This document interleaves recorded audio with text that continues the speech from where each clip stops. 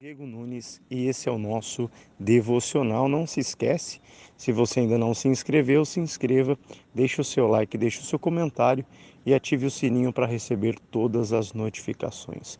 O tema do nosso devocional hoje é quem eu sou. Pode até parecer uma pergunta bem simples, mas na verdade ela é bem complexa. Quem conseguiria responder com toda sinceridade e com autonomia, de fato, eu sou? E aí vem a resposta. Para te ajudar a responder isso, eu quero trazer um texto aqui no livro de Mateus, no capítulo 14, versículo 22. E diz assim: E logo ordenou Jesus que os seus discípulos entrassem no barco e fossem adiante, para outra banda, enquanto despedia a multidão. E despedida a multidão, subiu ao monte para orar à parte. E chegada já a tarde, estava ali só. Como eu estou trazendo aqui um texto isolado, eu quero contextualizar. Quero trazer para você o que está ao redor desse texto. João Batista, primo de Jesus, estava preso e em uma festa de aniversário, regada a bebida, a danças, ali o rei Herodes, encantado por uma jovem que dançava, possivelmente aí de maneira bem sensual, e ele se encanta com essa jovem que já estava instruída pela mãe. E ali o rei se engraça de uma forma que ele diz àquela jovem: olha, pede o que você quiser, que olha, eu vou conceder esse desejo a você. E aí aquela jovem pede nada mais, nada menos do que a cabeça de João Batista. O rei Herodes, encantado com tudo aquilo, e já tendo feito a promessa e não podendo voltar atrás, pede para trazer numa bandeja a cabeça de João Batista. E dentro desse contexto, alguns que ali estavam foram e anunciaram a Jesus. Isso que eu estou te falando foi falado a Cristo. Olha, Jesus, eu tenho uma notícia muito triste para te dar. Seu primo João, ele infelizmente faleceu. E não foi uma morte comum, arrancaram a cabeça dele e levaram numa bandeja. E diante disso, Jesus ele vai fazer uma coisa. Jesus ele vai entrar num barco e se afastar um pouco. Porém, ele dificilmente conseguiria ficar sozinho, porque a multidão o acompanhou. E essa multidão que o acompanhou, Jesus ele vai pregar para essa multidão, ele vai cuidar dessa multidão. E movido de íntima compaixão com aquela multidão, Jesus decide alimentar aquelas pessoas, que não eram poucas, eram muitas pessoas. E é ali que se inicia aquela história, 5 pães e 2 peixinhos. E ali nesse cenário, Jesus multiplica os pães e os peixes. E logo depois de ter alimentado essa multidão, Jesus ele dá uma ordem aos seus discípulos. E logo ordenou Jesus que os seus discípulos entrassem no barco e fossem adiante para outra banda, enquanto despedia a multidão. E despedida a multidão, subiu ao monte para orar à parte. E chegada já tarde, estava ali só. Então eu estou falando de um Cristo que é o Salvador, eu estou falando de um Cristo poderosíssimo que opera milagres, eu estou falando do Messias, eu estou falando daquele que ressuscita os mortos, daquele que tem o poder para fazer infinitamente mais. Porém, esse homem chamado Jesus, ele diz para os seus discípulos: vão para outra banda, depois eu vou. E todo mundo sabe que ali o Senhor Jesus se afastou de todos e ali de fato estava sozinho para o seu momento de oração.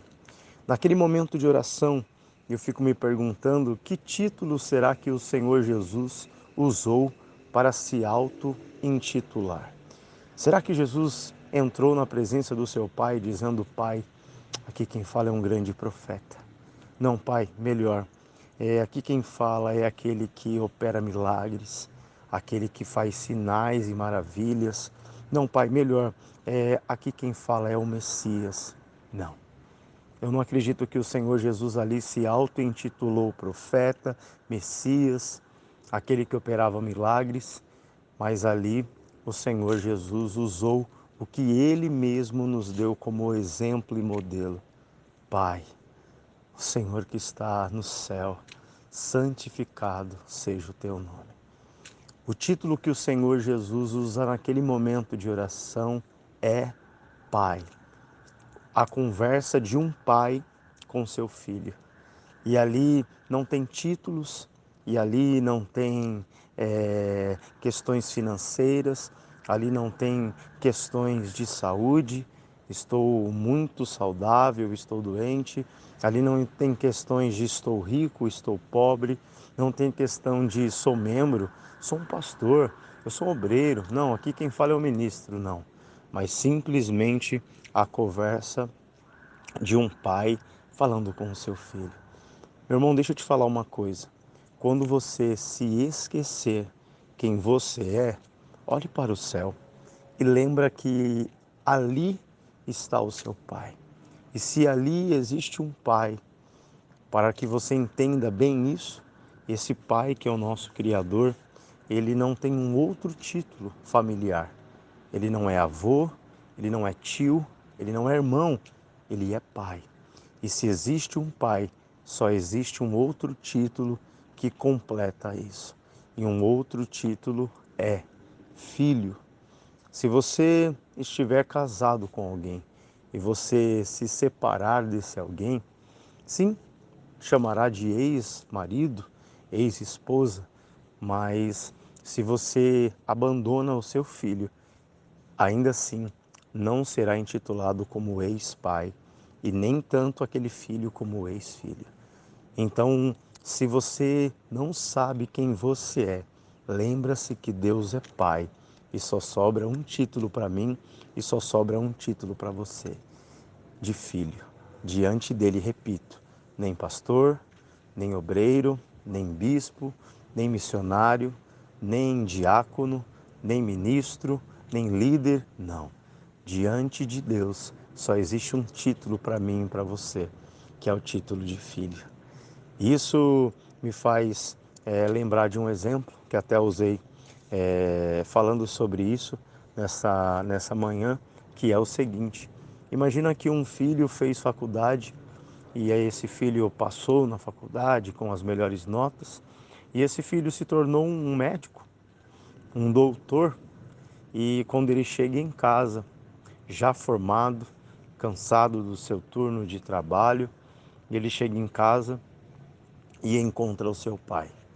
E ali ele vai abraçar o seu pai.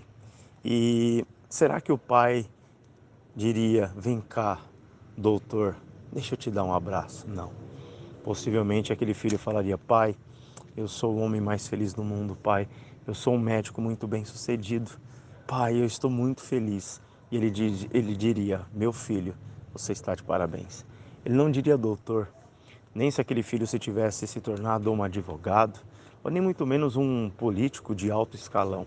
Não chamaria ele de Vossa Excelência se ele fosse um juiz, mas o pai continuaria chamando ele, independente do cargo, independente da patente dele, aquele filho seria chamado de filho. Então, eu quero que você nunca se esqueça disso. Nunca esqueça quem é o seu pai. Não se prenda a títulos, não se prenda a cargos, não se prenda a patentes, mas se prenda pelo único e suficiente significado de quem você é. Você é filho de Deus.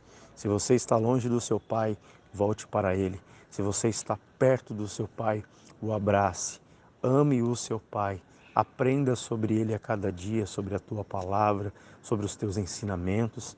Estude a palavra que esse pai deixou para você. Eu quero fazer uma oração por você que talvez essa semana se perdeu um pouco, esquecendo quem você é, esquecendo de tudo que Ele fez por você. O Pai me enviou e eu enviarei vocês. Tudo começa com um Pai que amou o mundo de tal maneira que deu tudo que nós precisamos hoje para sermos completos. Ele nos deu a Cristo e Cristo veio nos trazer uma mensagem. Eu vos dou o poder de serem filhos do meu Pai.